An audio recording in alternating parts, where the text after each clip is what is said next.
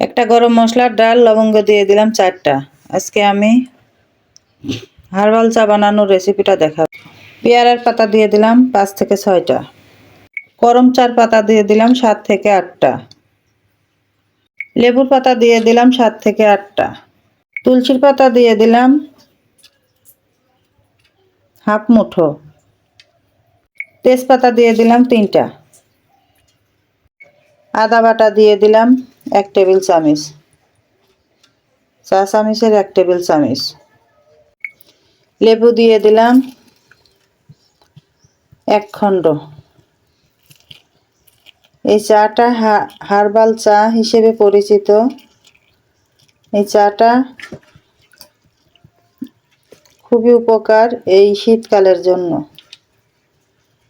ঠান্ডার জন্য খুবই উপকারী একটা রেসিপি। যাদের ঘন ঘন ঠান্ডা লাগে তারা এইভাবে 2 বার বানিয়ে খেয়ে দেখো, ঠান্ডা লাগা সেরে যাবে।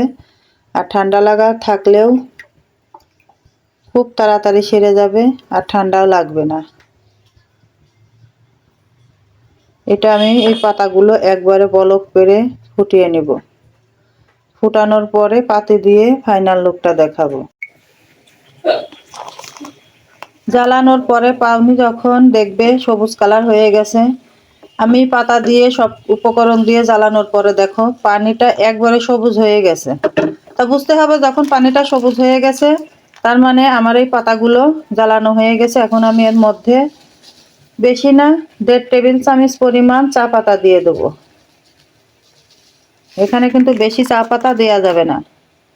দেখো 1.5 টেবিল চামচ পরিমাণ চা পাতা দিয়ে আমি ভালো করে ফুটিয়ে নিব। এটা কিন্তু পাতলা চা হবে।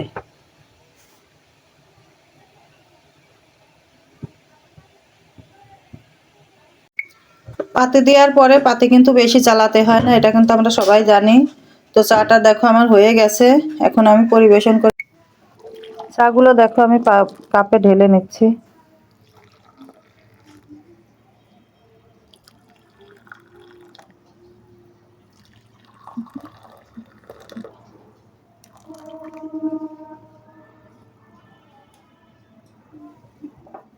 তো দেখো এটা কিন্তু ডাবর হানি, এটা 1 নাম্বার মধু। আমি তো এটাই দিয়ে দিব। চিনির পরিবর্তে মধু দিয়ে তোমরা খেতে পারো।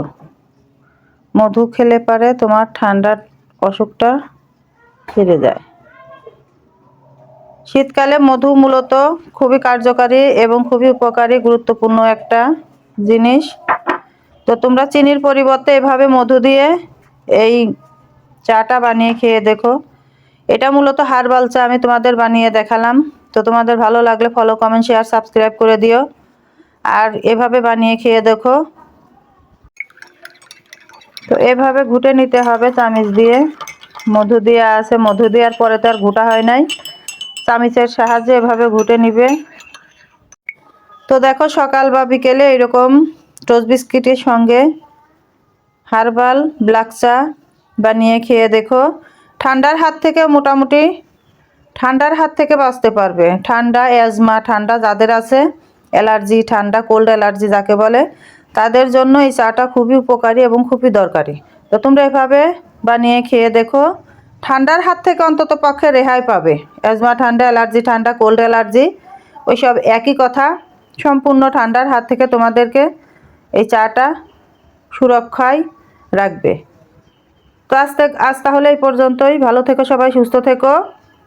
কমেন্ট বাটনে জানিও কেমন হলো। আল্লাহ হাফেজ।